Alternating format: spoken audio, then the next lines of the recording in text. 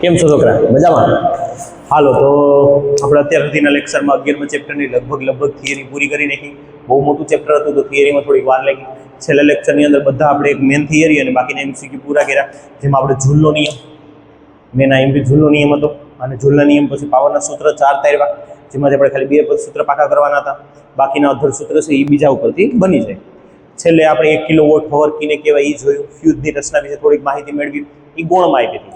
તો હવે આજના લેક્ચરની અંદર આપણે ઉદાહરણો સ્ટાર્ટ કરીએ. પહેલું ઉદાહરણ ને બીજું ઉદાહરણ હાવ સિમ્પલ છે. રકમ છે મારી પાસે, તમે જોતા રહેજો. રકમ તમારી પાસે રાખજો, હું ડાયરેક્ટ સોલ્યુશન કરાવું.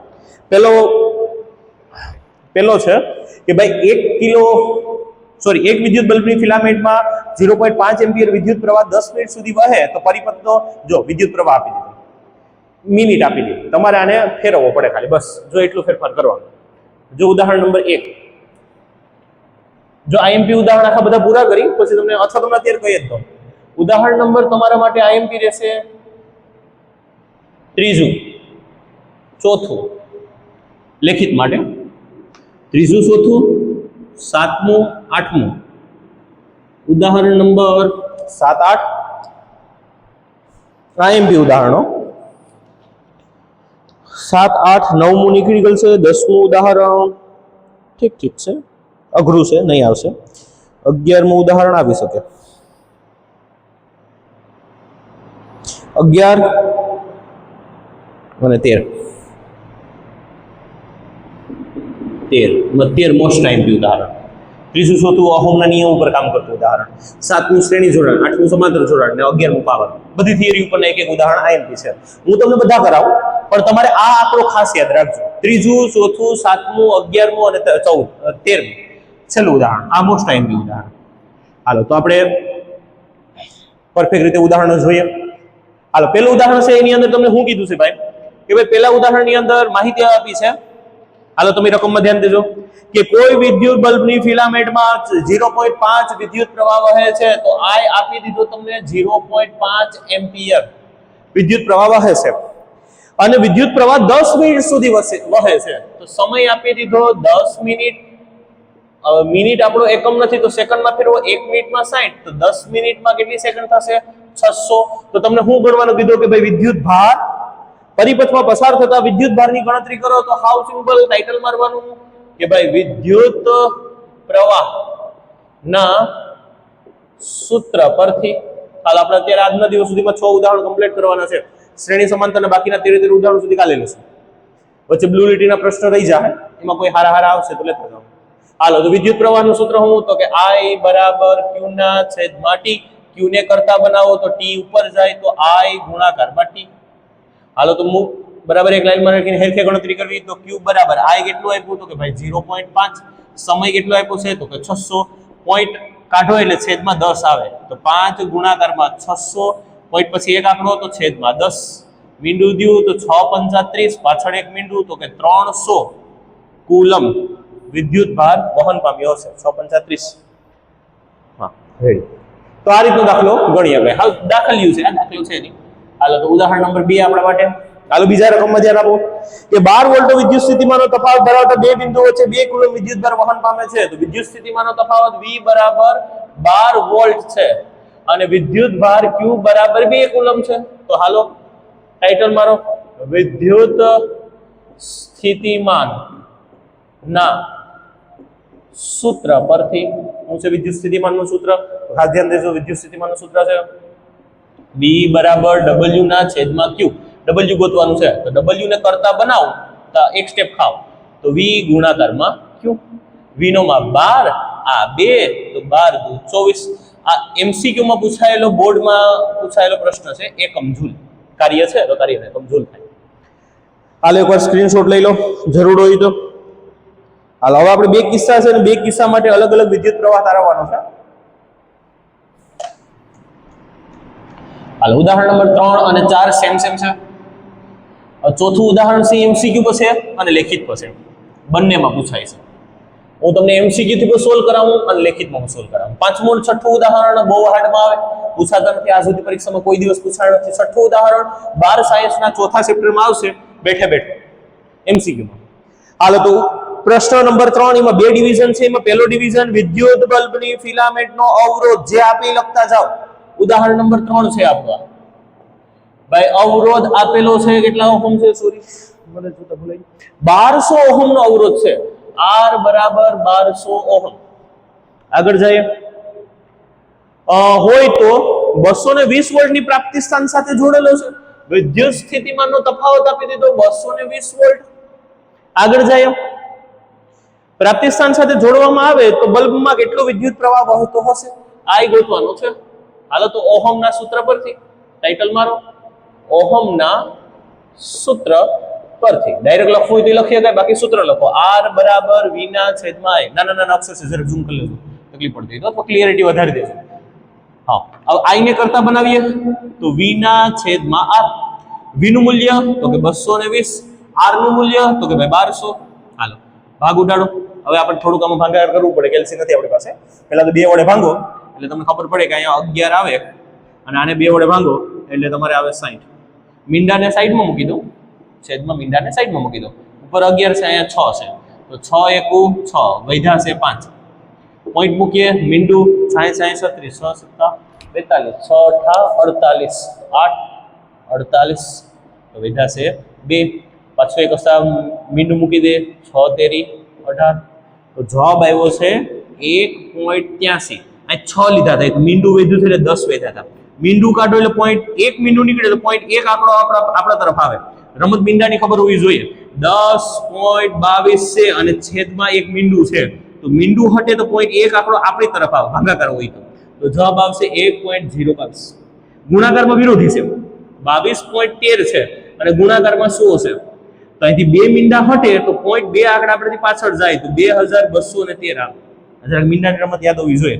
તો અહીંથી મીંડું હટાવો તો 0.1 આંકડો આગળ આવે, તો આગળ કઈ ન હોય તો પોઈન્ટ મૂકો, 0 મૂકો, 0.183. 3 આંકડા મેળવો તો સારું લાગે, ન મેળવો તો હાલે. 1.18 બુક પ્રમાણે કરી નાખો તો હાલે. એમ્પિયર એટલે વિદ્યુત પ્રવાહ મળી ગયો. ભાગાકાર થોડોક અઘરો હતો, બાકી દાખલામાં કઈ છે નહીં. હાલો, આ તમારો એ ડિવિઝન હતો. હવે તમને આમાં બી ડિવિઝન આપેલો છે. પાછું ઓહમનું સૂત્ર જ વાપરવાનું છે. ઓહમના સૂત્રના ટેસ્ટિંગ માટે પરીક્ષામાં પૂછી શકાય, બાકી દાખલામાં કઈ છે નહીં. હા, ઓહમનો બીજો ભાગ હોય વિદ્યુત હીટર છે, એની કોઇલમાં 100 ઓહમ અવરોધ બદલી રાખ્યો છે. R બરાબર 100 ઓહમ. આનો જ દાખલો છે, આના સાથે કોઈ સંબંધ છે નહીં. હા, વિદ્યુત સ્થિતિમાનનો તફાવત ઘરમાં આવે સેમ 220 છે, તો હવે આમાં I ગોતો તો સેમ પાછું કરવાનું. ઓહમ ના સૂત્ર પરથી. ઓહમનું સૂત્ર શું છે તો કે R બરાબર V ના છેદમાં I. તો I બરાબર V ના છેદમાં R. હવે V નું મૂલ્ય કેટલું છે તો કે 220. R નું મૂલ્ય કેટલું છે 100. એક મીંડું હાઈટું 1 મીંડું અહીંથી હટશે નીચેથી, એટલે પોઈન્ટ અત્યારે અહીંયા છે, તે હટીને એક આંકડો આગળ આવશે તો 2.2 એમ્પિયર. નવા કિસ્સામાં વિદ્યુત પ્રવાહ મળી ગયો.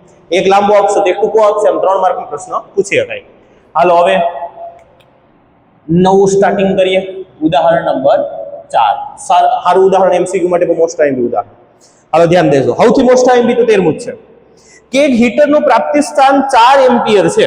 એક હીટર છે ભાઈ, અત્યારે એનો વિદ્યુત પ્રવાહ આપવામાં આવે છે 4 એમ્પિયર. દેખાય છે ને? હા, વિદ્યુત પ્રવાહ આપવામાં આવે છે. હાલો જોતા જાઓ રકમમાં. અને તેના બે છેડા વચ્ચે વિદ્યુત સ્થિતિમાનનો તફાવત V 60 વોલ્ટ છે. હા, હવે તો પહેલા તો કુલ વિદ્યુત પ્રવાહ ગોતવાનો છે, I ગોતવાનો છે. સોરી, ભૂલ થઈ મારાથી. હા, જો વિદ્યુત સ્થિતિમાનનો તફાવત 120 વોલ્ટ કરવામાં આવે, વોલ્ટેજમાં નવો ફેરફાર કરવામાં આવે અને V કરવામાં આવે છે 120 વોલ્ટ, તો આને 2 કહી દો અને 1 કહી દો. તો આને 1 કહી દો તો મારી પાસે I2 નથી, તો મળી જાય, ટેન્શન નહીં લેતા. ફેરફાર કરવામાં આવે તો નવો વિદ્યુત પ્રવાહ ગોતો. આ વિદ્યુત પ્રવાહ હતો તો અહીં વોલ્ટેજ એટલા હતા. જો વોલ્ટેજ ડબલ કરવામાં આવે તો વિદ્યુત પ્રવાહ કેટલો થાય અંદાજો તમને આવી ગયો. તો હવે આપણે આમાં શું કરશું, પેલા થિયરી બાંધો. આ બેનો ઉપયોગ કરી અને હું R ગોતી. હવે તમને મેં જ્યારે હું થિયરી સમજાવતો ઓહમના નિયમ ત્યારે માહિતી આપી હતી. અવરોધ વિદ્યુત પ્રવાહ કે એમ્પિયર, સોરી વિદ્યુત પ્રવાહ કે વિદ્યુત સ્થિતિમાન તફાવત ઉપર આધારિત નથી, 4 વસ્તુ પર આધારિત રાખે. ક્ષેત્રફળ, લંબાઈ, દ્રવ્યની જાત અને તાપમાન, આના ઉપર આધારિત છે નહીં. તો આ બે થી જે અવરોધ ગોતીને એ જ અવરોધ અહીંયા લેવામાં આવશે. કેમ કે આ બે બદલવાથી અવરોધ ઉપર કોઈ જાતનો ફેરફાર તો થતો જ નથી. તો આ બેનો ઉપયોગ કરી અને પેલા અવરોધ ગોતી. આ કિસ્સા માટે તો સેમ અવરોધ પડશે, ઈ જ અવરોધ, અને એ પાછો ઓહમનું સૂત્ર વાપરીને આ ગતિ કઈ રીતે કરી હાલો જોઈએ. હાલો તો પહેલો ભાગ ટાઇટલ મારવાનું, ઓહમના સૂત્ર પરથી. શું છે ઓહમનું સૂત્ર? તો કે R બરાબર V ના છેદમાં I. થોડોક ફેરફાર કરવાનો, 1 1 છે તો V1 I1 લેવાનું. હાલો તો અવરોધ V1 ની વેલ્યુ 60, I ની વેલ્યુ 4, તો તમને ચોખ્ખો મળી ગયો 15 ચોક 60. તો 15 ઓહમ મેળા. આ કિસ્સામાં અંદર ઓહમ હતા, હું વોલ્ટેજ બદલી નાખો તો અવરોધ બદલી જાય નહીં, વોલ્ટેજ સૂત્ર આધારિત જ નથી. તો આ કિસ્સા માટે તમારે ઓહમ લેવાના 15 ઓહમ. સેમ પાછો દાખલો ગણવાનો, અહીંથી તમે નીચે શરૂઆત કરજો, અવરોધ મળી ગયા તમને 15 ઓહમ. તો હવે પાછું ઓહમના સૂત્ર પરથી શું છે ઓહમનું સૂત્ર? તો કે R બરાબર V ના છેદમાં I. પણ અહીંયા 2 2 છે તો અહીંયા 2 કરી નાખવાનું, અહીંયા 2 કરવાનું, I2 ગોતવાનું છે તેની ઉપર લઈ જાઓ. I2 બરાબર V2 ના છેદમાં R. V2 કેટલા છે? તો કે 120. હા, નવા વોલ્ટેજ 120, ઓહમ 15 છે તો I2 ની કિંમત તમને મળી જાય 15 8 120, 8 એમ્પિયર. હવે જો તો જરાક તમને યાદ છે એક નિયમ, આવું MCQ કરાવું. V ચલે છે I ઓહમના નિયમની સાબિતી યાદ છે? V માં જેવો ફેરફાર થયો I માં ફેરફાર થયો. જો V હતા 60 ત્યારે વિદ્યુત પ્રવાહ હતો અહીંયા આપણે આપેલો છે 4. જો 120 થયા મતલબ ડબલ થયા તો આને પણ ડબલ થવું પડે ને, 4 2 8, તો સીધો જવાબ આવ્યો. આ MCQ માટે રેડી. આ લેખિતમાં વિષય તમારે આ કરવો પડે. લેખિત માટે મોસ્ટ ટાઈમ દાખલો છે ભાઈ, ધ્યાન રાખજો, ખાસ પાકો કરવાનો છે. પૂછાણો નથી પરીક્ષામાં પણ સારો દાખલો છે, અને MCQ માટે તો ચોખ્ખું છે. કદાચ આ અડધો થયો તો આ પણ અડધા થાય, મતલબ 60 છે ને અહીંયા 30 થયો તો 4 છે તો આ ડાયરેક્ટ MCQ માં સોલ્યુશન કરીએ કે. હાલો બે દાખલા હારા છે, સ્ક્રીનશોટ લઈ લો.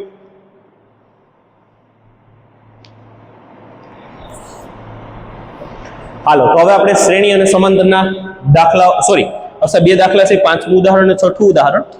તો પાંચમું ઉદાહરણને સોલ્વ કરવાની ટ્રાય કરીએ. પાંચમું ઉદાહરણ થોડુંક અઘરું છે, અઘરું એટલે મોટું છે, જેમાં તમે ત્રિકોણમિતિના અમુક સૂત્ર લગાડવા પડે. હું જરાક બોર્ડ સારી રીતે સાફ કરી નાખું, બોર્ડની કન્ડિશન. હાલો છોકરા ધ્યાન આપજો, ઉદાહરણ નંબર 5. હાલો પાંચમા ઉદાહરણની સ્ટાર્ટિંગ કરીએ તો રકમમાં જરાક ધ્યાન આપજો. છઠ્ઠા ઉદાહરણ માટે એક ટ્રીક છે આપણા માટે, અને MCQ છે, અને કોઈ પરીક્ષામાં કોઈ દિવસ પૂછાણો નથી.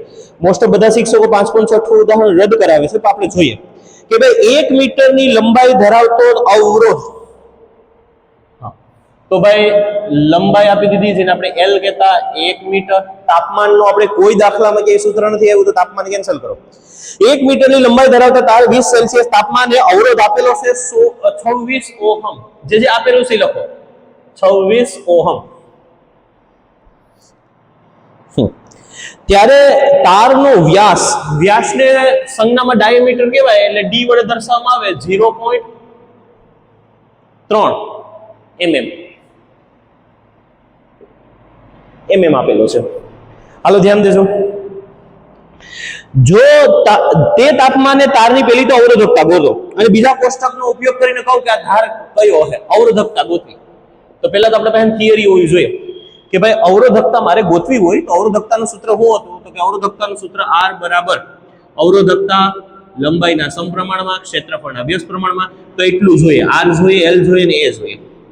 R છે, L છે, A નથી. A એટલે ક્ષેત્રફળ. હવે તાર છે એનો આકાર છે નળાકાર જેવો હોય, અને આગળનો ભાગ ગોળો જેવો હોય છે, વર્તુળનો ગોળો. તો ભાઈ આપણે તારના ક્ષેત્રફળ, તાર હોય તેનું નક્કર તારના ક્ષેત્રફળનું સૂત્ર શું આવતું હતું કે ભાઈ પાઈ R². તો આ સૂત્ર ઉપર ગાડી હાકીએ તો આપણે મળી ગઈ. હવે આમાં તકલીફ છે, પાઈની કિંમત તો આપણે ખબર છે 3.14. ત્રિજ્યા નથી. જો ત્રિજ્યા મને મળી જાય તો ક્ષેત્રફળની જગ્યાએ એને એડ કરી દો. પાછી એકવાર સમજો થિયરી. R બરાબર અવરોધકતા લંબાઈના છેદમાં ક્ષેત્રફળ. કાઢી કર દાખલો છે, ન આવડે તો કઈ વાંધો નહીં. તો અવરોધ મારી પાસે છે 26, લંબાઈ 1 છે, ક્ષેત્રફળ મારી પાસે નથી. તાર એટલે નળાકાર થાય, નળાકારના ક્ષેત્રફળનું સૂત્ર તો કે પાઈ R². પાઈ છે, R એટલે ત્રિજ્યા થાય. પાઈની કિંમત મને આવડે 3.14. જો R ની કિંમત મારી પાસે હોય તો મારું કામ થઈ ગયું. તો ત્રિજ્યા ઉપરથી પહેલું કામ કરીએ આપણે R ની કિંમત ગોતવાનું. તો પહેલા તો આપણે જરા ઘાતમાં ફેરવીએ. તો આને 3 લઈ લો. જો 0.3 ગુણાકારમાં mm ને મિલીમીટર કહેવાય.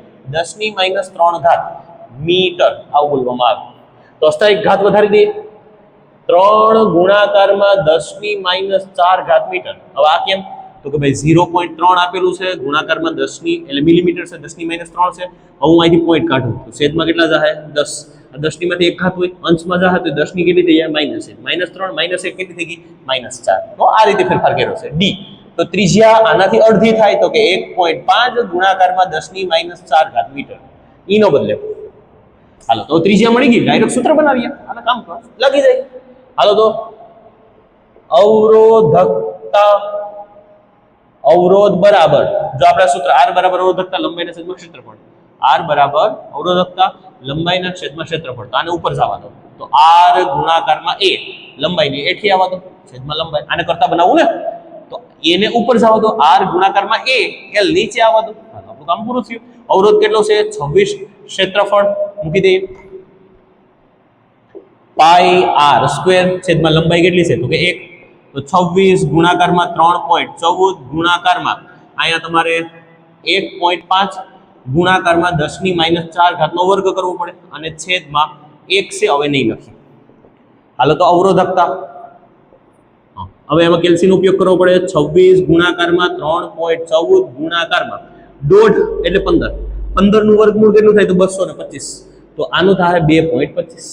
એક આંકડા પછી થાય, બે આંકડા પછી ગુણાકારમાં 10⁻⁸.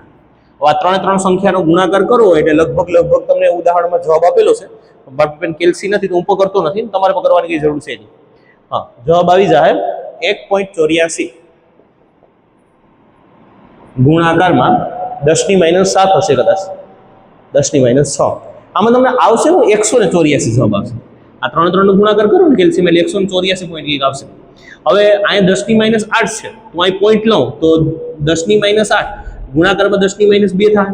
સોરી, તમને પરફેક્ટ રીતે કરાવું. મારો મોબાઈલ અહીં છે હવે વિડીયોમાં, એટલે તમે આ 3 નો ગુણાકાર કર્યો ને એટલે 184 પોઈન્ટની આસપાસ જવાબ મળશે. ગુણાકારમાં 10⁻8 છે. હવે જોજો 184 છે તો હું શું કરું? એક સમજાવું.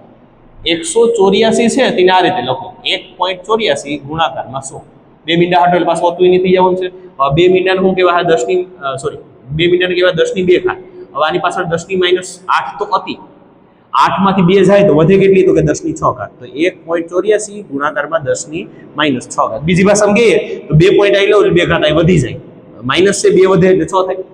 નો આવડે તો કઈ નહીં, ઓહમ મીટર. બાકી કઈ હાવ સિમ્પલ જ છે. 184 જવાબ છે, 2 આંકડા આગળ પોઈન્ટ લાવો એટલે 100 વડે ગુણી નાખવાનો. 100 વડે ગુણો તો એને 10⁻2 કહેવાય. 10⁻2 -8 હતી, એમાંથી બાદ થાય તો 10⁶ વધશે. Omega metre. આ તમારો દાખલો અહીંયા પૂરો.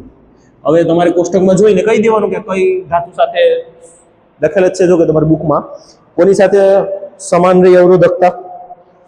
તો કે ભાઈ આ મેંગેનીઝ સાથે લગભગ મળતી આવે. તો લખી શકાય કે આ મેંગેનીઝ નામની ધાતુ છે.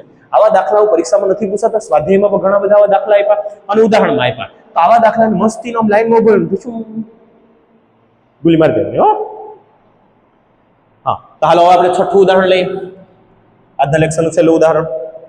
નવા લેક્ચરની અંદર પછી નવા ઉદાહરણમાં જશું. હાલો છેલ્લું ઉદાહરણ નંબર 6. હવે ઉદાહરણ નંબર 6 માં ડાયરેક્ટ ટ્રીક એપ્લાય કરીએ કે ભાઈ આપણા ઘરની ટ્રીક છે. શું આપ્યું રકમમાં? તો કે આપેલ દ્રવ્યની લંબાઈ l છે અને ક્ષેત્રફળ a ધરાવતા તારનો અવરોધ 4 છે. આમાં જો બે કિસ્સા જોવાના છે. એક તાર છે, એની લંબાઈ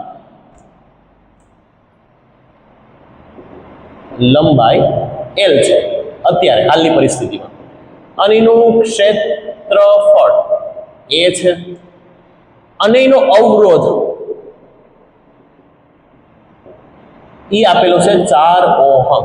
હવે પરિસ્થિતિ બદલાય, નવાઈથી ટોપિક શરૂ થાય કે તો આ જ દ્રવ્ય નથી બદલતું, લંબાઈ કરી નાખવામાં આવે અડધી. જો લંબાઈને l/2 કરવામાં આવે આ નવા કિસ્સા માટે, અને ક્ષેત્રફળને ડબલ કરવામાં આવે, ક્ષેત્રફળ 2a કરી નાખવામાં આવે, તો નવો અવરોધ કેટલો થાય? તો આને તમને બે ભાગમાં સમજાવું. પહેલો ભાગ અને બીજો ભાગ ધ્યાન દેજો ખાસ. પહેલા ભાગમાં આપણે પહેલો નિયમ લઈએ કે ભાઈ અવરોધ ઈ લંબાઈના સમપ્રમાણમાં હોય. પેલા કિસ્સા માટે સૂત્ર તારવીએ તો અવરોધને r કહેવાય, લંબાઈને l કહેવાય. હવે પેલા હતું, હવે આ થયું તો શું કરશું કે ભાઈ હવે નવા કિસ્સામાં શું જોવા મળ્યું તો કે ભાઈ હવે જો રેડ પેન થી દર્શાવું કે લંબાઈ છે ને અડધી થઈ ગઈ, તો સમપ્રમાણતા કીને બોલવામાં આવે કે ભાઈ જો એક સાઈડનો ભાગ અડધો થાય તો આપણો અડધો થવો છે, આ ડબલ થાય તો આપણે ડબલ થવો છે, તો અડધો થયો તો તમારો અવરોધને પણ અડધો થવો પડે. તો અત્યારે તમને ટેમ્પરરી આખો અવરોધતા બે કિસ્સા પછી કુલ અવરોધ મળશે, ટેમ્પરરી અવરોધ મળે વચ્ચે, લંબાઈને આપણે પૂરી કરી તો અવરોધ કેવો થઈ જાય તો કે લંબાઈ અડધી થઈ તો અવરોધ પણ અડધો થશે. તો પેલાનો અવરોધ 4 હતો તો r ડેશ બરાબર r ના છેદમાં 2 એટલે તમને મળશે 2 ઓહમ. આ તમને ટેમ્પરરી વચ્ચેનો અવરોધ મળી ગયો, r ના છેદમાં 2 તો r ડેશ મળી ગયો 2 ઓહમ. આ ટેમ્પરરી માપ મળી ગયો. હવે તમારા માટે ઓલો અવરોધ ગાયબ થઈ ગયો, અત્યારે તમારા માટે નવો અવરોધ આવી ગયો. આ જો ડોટેડ લાઈન વડે દર્શાવું, આ નવો અવરોધ આવી ગયો, લંબાઈને આપણે કાઢી નાખી. હવે ક્ષેત્રફળનો વાળો, ક્ષેત્રફળ હું દર્શાવતો એક એક પછી લાઈન લેવાની, પેલી લંબાઈ લેવાની પછી ક્ષેત્રફળ એટલે તમને અવરોધ મળી જાય. તો હવે આપણે શું વાત કરી તો કે અવરોધ અને ક્ષેત્રફળ એકબીજાના વ્યસ્ત પ્રમાણમાં હોય, ધ્યાન દેજો બાકી ઉપરથી જાય. તો પેલા કિસ્સા માટે તારવીએ તો અવરોધના સંજ્ઞામાં એ r કહેવાય અને ક્ષેત્રફળને a કહેવાય. હવે નવો કિસ્સો એપ્લાય કરો એટલે રેડ પેન થી લખો, સમજાવો. હવે અહીંયા શું થયું તો કે ભાઈ અહીંયા છે ને આ ક્ષેત્રફળ છે ને ડબલ થઈ ગયું. વ્યસ્ત પ્રમાણ કેને કહેવાય? એક સાઈડ ડબલ થાય તો આ અડધું થાય, આ ડબલ થાય તો આ અડધું થાય, આ 3 ગણું થાય તો ત્રીજા ભાગનું થાય, તો એ છેદમાં 3 કરવાના. ટૂંકમાં અહીંયા 2 વડે ગુણ્યા તો તમારે અહીંયા અવરોધને 2 વડે ભાગવા પડે. પણ અહીંયા કયો અવરોધ લેવા હે? આ અવરોધ દર વખતે ન લેવાનો હોય, આ અવરોધને લઈ અને પેલી લાઈન પૂરી કરી તો આપણે નવો અવરોધ મેળવો તો તમારે અહીંયા r ડેશ કહેવાનો, r ડેશ. હવે ઈ અવરોધ લેવાનો, નવો જે તમને મળેલો છે એ અવરોધ. હાલો ધ્યાન દેજો ખાસ. તો હવે તમારા માટે અવરોધ નવો કુલ અવરોધ થાય r ડબલ ડેશ બરાબર r ડેશ ભાગ્યા 2 એટલે જવાબ આવી જાય 1 ઓહમ. કેમ કે r ડેશ નું મૂલ્ય આપણે કેટલું કીધું હતું? 2. પાછું એક વાર સમજાવો. જો આમાં વારાફરતી વાપરવાનું. લંબાઈની અવરોધ ઉપર શું અસર થાય એ પેલા ગોતો, પછી ક્ષેત્રફળની શું અસર થાય એ ગોતો. તો પેલા લંબાઈ લે, સમપ્રમાણમાં છે લંબાઈ. અહીંયા તમે કિસ્સામાં જોઈ શકો કે l છે, અહીં l/2 છે તો અડધી થઈ છે. લંબાઈ અડધી થઈ તો અવરોધ પણ અડધો થાય, કેમ કે વચ્ચે સમપ્રમાણતાનો સંબંધ છે. આ અડધું થાય તો અડધું થાય. તો હવે પેલાનો અવરોધ 4 હતો, લંબાઈ લાઈનને સમજાવતા નવો અવરોધ આપણે મળી ગયો r ડેશ 2 ઓહમ. એટલે હવે આપણે નવો અવરોધ લેવાનો, કેમ કે આપણે લંબાઈને સમજાવી દીધી. એક કામ પૂરું. હવે ક્ષેત્રફળને લો એટલે તમને હવે તમારો અવરોધ મળી જાય. તો હવે ક્ષેત્રફળ માટે પહેલા મૂળ નિયમ યાદ કરો કે અવરોધ બરાબર 1 ક્ષેત્રફળ. અહીંયા અવરોધ તમારો નહીં લેવા છે, કેમ કે હવે તમે લંબાઈને સમજાવી દીધી. તો તમારા માટે નવો અવરોધ મેળવો r ડેશ. તો r ડેશ બરાબર r ડેશ ચલે છે 1/a. આ તો આ કિસ્સા માટેની વાત છે. હવે નવો કિસ્સો એપ્લાય કરીએ કે ભાઈ નવા કિસ્સામાં ક્ષેત્રફળ ડબલ થાય છે. ક્ષેત્રફળ ડબલ થાય તો હાવ સિમ્પલ, તમે અહીં જેટલા વડે ગુણો એટલા વડે અહીં ભાંગવાનું, તમે અહીં જેટલા વડે ભાંગો એટલા વડે અહીં ગુણવાનું. હાવ સિમ્પલ નિયમ. 2 વડે ગુણ્યા તો 2 વડે ભાંગો. તો હવે નવો અવરોધ તમને મેળો થાય r ડેશ. એ r ડેશ ને 2 વડે ભાંગ નાખો એટલે તમને કુલ અવરોધ છેલ્લે મળી જાય. કેટલા ઓહમ મળશે? 1. આવા બીજા કોઈ દાખલા છે નહીં બુકમાં. આવો કોઈ દાખલા પાઠ્યપુસ્તકમાં સ્વાધ્યાયમાં પણ નથી. આવો કોઈ દાખલા સોલ્યુશન કરી હવે પહેલા લંબાઈને ઉપાડો પછી ક્ષેત્રફળને તો મળી શકે. એકવાર લખી લો, કોઈ દિવસ કોઈ આવો દાખલો નડે તો વિડીયો નાખી રિપ્લે કરીને જોઈ લેજો અને બસ એમાં સંબંધ જોતા જાજો કે લંબાઈ કેવી થઈ, ક્ષેત્રફળ કેવું થયું અને અવરોધ કેવો થાય, તમને છેલ્લે જવાબ મળી જાય. બસ ખાલી આ ઉપર ધ્યાન દેજો. આ ક્ષેત્રફળ ડબલ થયું તો અવરોધ ઓછો થાય. અને અહીંયા અવરોધ કયો લેવાનો? આ મૂળ અવરોધ ન લેવાનો. મૂળ અવરોધને લઈ અને આપણે લંબાઈને સમજાવી દીધી. હવે જે અવરોધ આવેલો છે આ ઈ લેવાનો અને આ આપણો છેલ્લો ફાઇનલ જવાબ. આ આપણો ફાઇનલ જવાબ. એટલે એ અવરોધને લઈ અને ગણશો તો જવાબ આવી જાય 1. દાખલો પૂરો લખી લો. હાલો 2 ગૌણ દાખલા છે, ન આવડે તો કઈ વાંધો નહીં, સ્ક્રીનશોટ લઈ લો.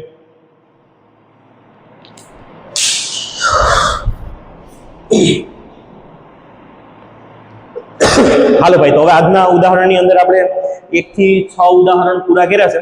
આવતા લેક્ચરની અંદર આપણે 12 ઉદાહરણ પૂરા કરી દેવું, 13 ઉદાહરણ પૂરા કરી દેવું. અષ્ટાયિક લેક્ચર બનાવી લેશું. રેડી? આ 2 લેક્ચર થયા એટલે 7મો 8મો લેક્ચર થઈ ગયા. 8મા 9મા લેક્ચરની અંદર